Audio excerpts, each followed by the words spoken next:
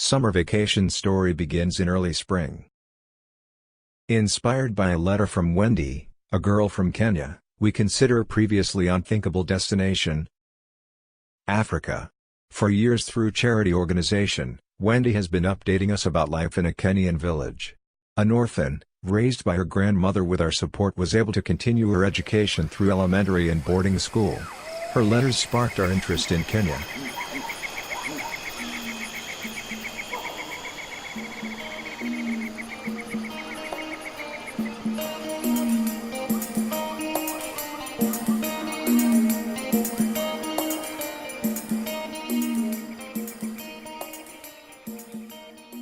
Safari preparation started in early spring. Joanna contacted a company based in Kenya, Perfect Wilderness and Tours. Beatrice from the Safari company was instrumental in making this vacation a success and memorable bucket list vacation.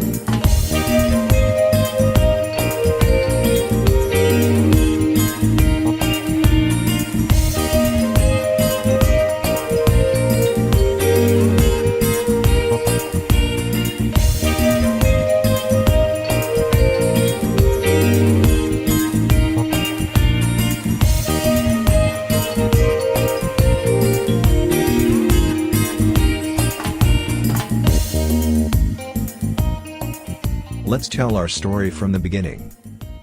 We depart from Chicago on July 20th. Our plane lands in Dubai in the late evening on Saturday. We have about 20 hours in Dubai before we board another plane to Nairobi. After arrival at our hotel and quick dinner, we managed to see the city by night around 10 o'clock. The following day before our departure to Nairobi, we want to see Golden City and famous market in Dubai.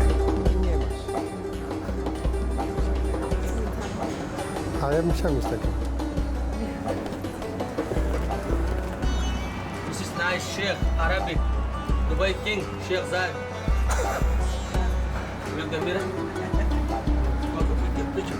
Picture.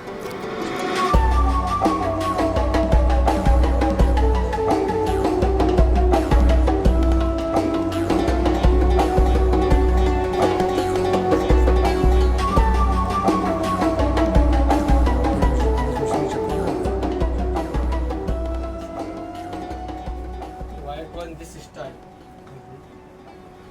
This is Arabic style, King Dubai King style. This one.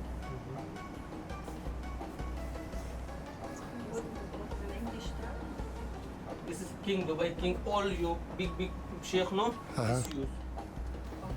Okay. Big sheikh. What is the name for This is Gal. Gal? This is Gatra. Nice sheikh. Wow. Our driver takes us from Golden City to Dubai Museum.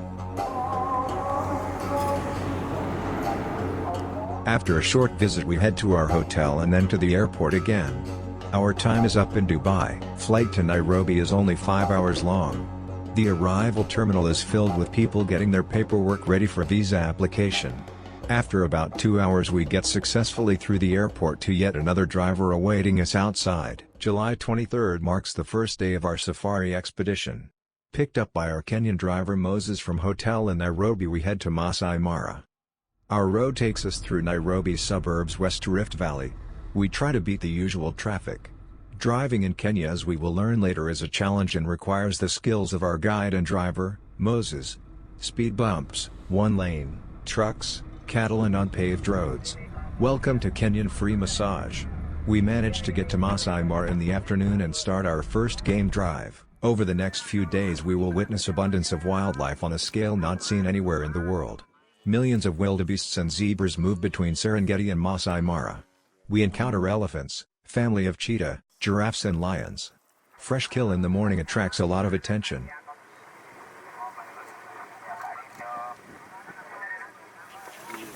Nie widzisz jak przeskakają, ale widzisz jak biegną.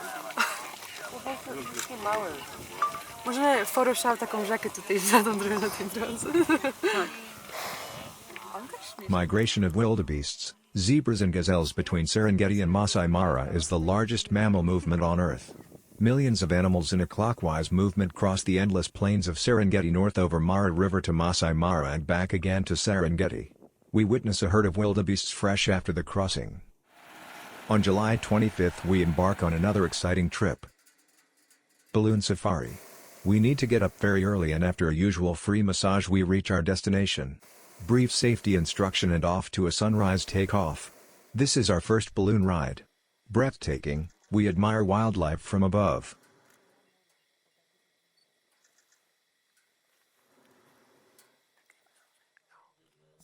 In the afternoon we visit nearby Maasai village. Greeted by their traditional dance, we learn a lot about Maasai culture and traditions. Our guide, Alex, takes us inside their house and describes Maasai customs.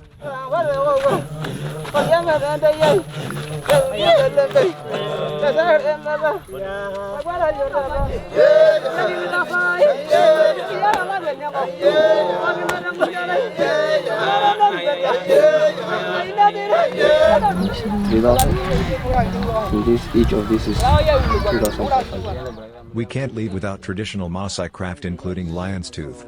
As always Joanna leads the trading negotiations and after a successful trip girls participate in women's dance. This concludes our stay in Masai Mara. Tomorrow's destination? Tanzania. On July 26th we head east towards the border crossing in Isebania. At the border we are subjected to a temperature check, yellow vaccination card and carry-on luggage inspection. Next driver to pick us up on the other side of the border has also a biblical name. Emmanuel. He takes us through another massage on an unpaved road to the center of Serengeti.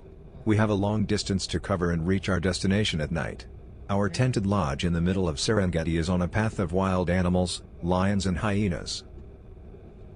Game drive in Serengeti is different from the one in Masai Mara. There appears to be less traffic and cars around. We are not using a radio either.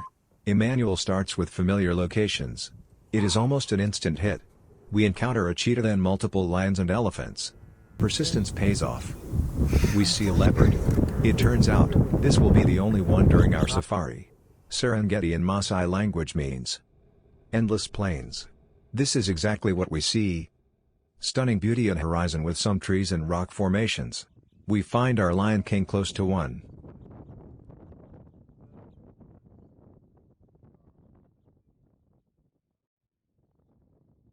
On July 27th we visit Serengeti's visitor center. Here, the staff demonstrates various skulls and bones. We learn again about great migration, different species in the park, geology and history.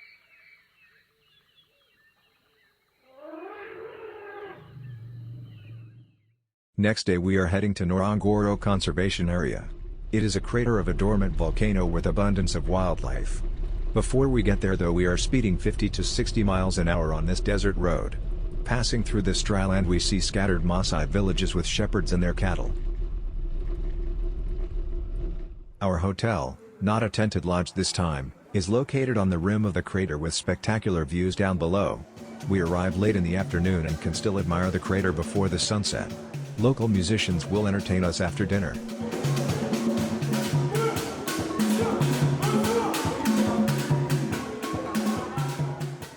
On July 29th the game drive takes place in the crater itself. The crater is a home to a lot of wildlife including rhinos. In one of the water holes there are hippos. As cute as they are portrayed in kids' cartoons, those are vicious animals and kill a lot of people in Africa. We are lucky to see a whole family of lions as well as lioness stalking a zebra. Another male lion is resting in the vicinity. Eventually he moves to join the rest of his family. Our overnight stay is again in a hotel. Probably built by British, has this colonial feel to it. We enjoy our stay. We join a local band during a night performance. It is an instant hit and sensation. Hakuna Matata.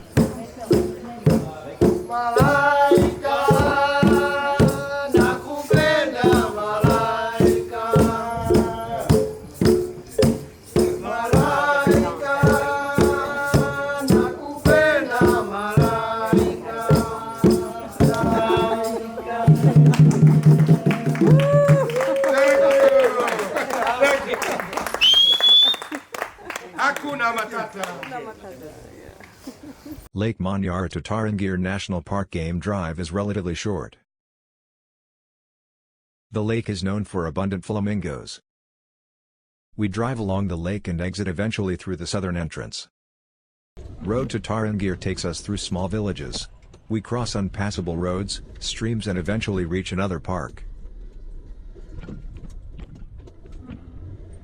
Tarangire is known for its huge trees, baobabs. Safari in Tanzania comes to an end on July 31st.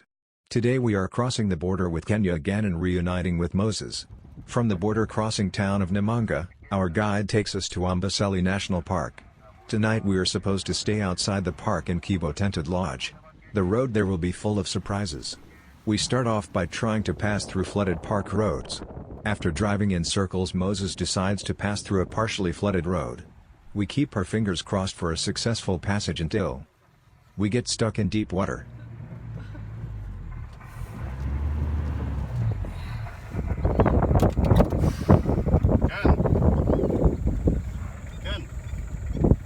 Moses is calling Ken to no avail. Meanwhile our car starts to tilt. The situation is getting dramatic. Help is coming. Thanks to the radio, a Land Cruiser in front of us is approaching us to give us a push. We get bumped a little bit, but it does not seem to help that much.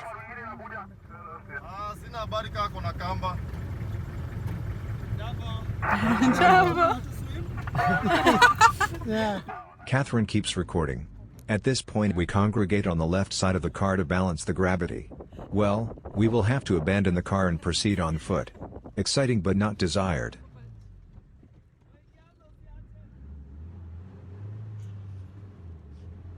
Luckily for us we get out of the hole. Moses delivered us to dry land. Biblical would be an understatement, but it is true. We get across the flooded road without problems. It turns later that our radiator may have gotten a hit and will require a repair next day.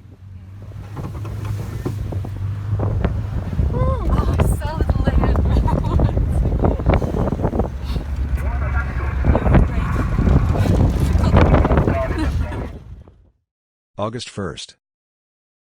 We spend entire day on driving around Amboseli National Park. This park is known for its population of elephants. They are frequently grazing in swamps. We admire families of elephants in their natural habitat.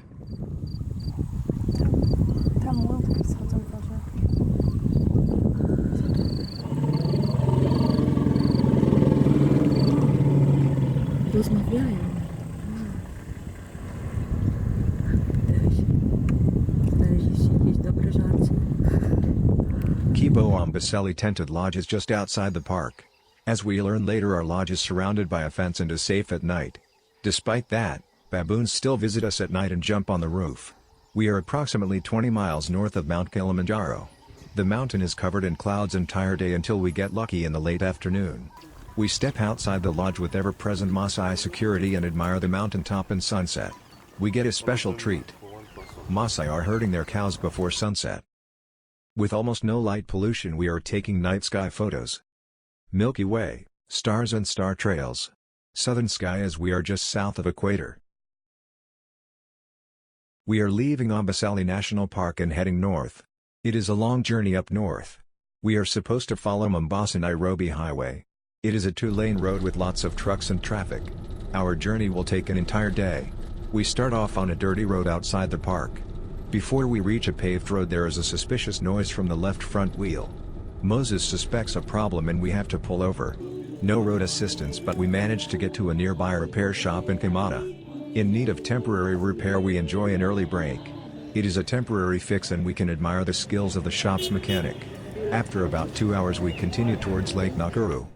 Lake Nakuru National Park is located north of Nairobi. We reach our destination in the evening and enter the park at dusk. A lioness is greeting us on our way to the lodge. August 3rd. Our day starts with a beautiful sunrise over Lake Nakuru.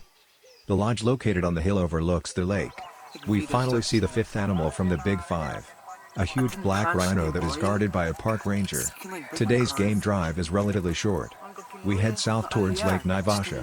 This time it is a boat safari to admire hippos and birds. We see hippos with their ears and eyes above the water surface. Our boat captain, not me this time, demonstrates the skills of fish eagle. A tiny fish thrown into the water is picked up by this beautiful bird from a distance. The following day on our way to Nairobi we stop at Hell's Gate National Park for a hiking tour of tiny Hell's Canyon and Gorge. Hell's Gate Canyon is located about 7 kilometers from park's entrance. We cover the distance on bikes on a dirt road. At the end of the day I feel a lot of sand and dirt everywhere. The park is a popular destination. Once we reach the ranger's station a park ranger will take us on a tour through the gorge. It is a narrow canyon with a dead end. After hiking for about an hour we finally leave the canyon and at the end of our trip there is a little market with local artists selling their craft. No different than exit shops and museums. We hop on the bikes again and reach our car at park's entrance. Road to Nairobi is busy around this time of the day. Exhausted, we finally reach the same hotel where we started.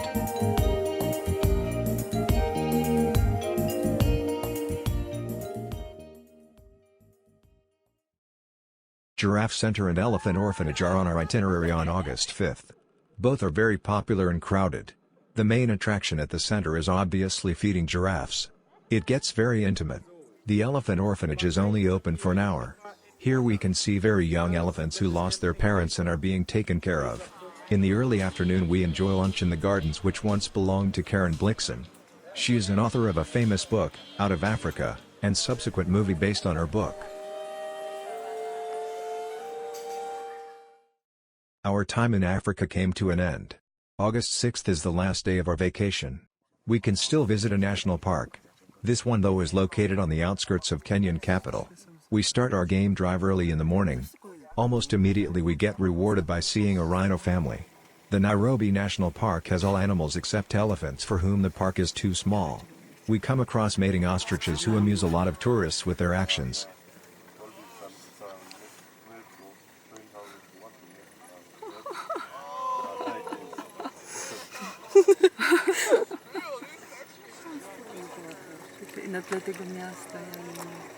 Thanks to our guide Moses, we can admire a whole family of lions.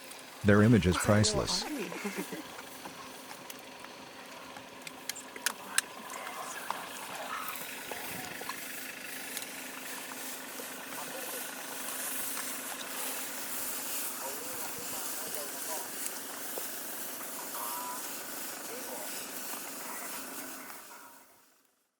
Evening flight to Dubai and to Chicago is uneventful. We arrive exhausted after so many hours on the plane but very happy. We managed to check off another vacation from our bucket list. Until next time.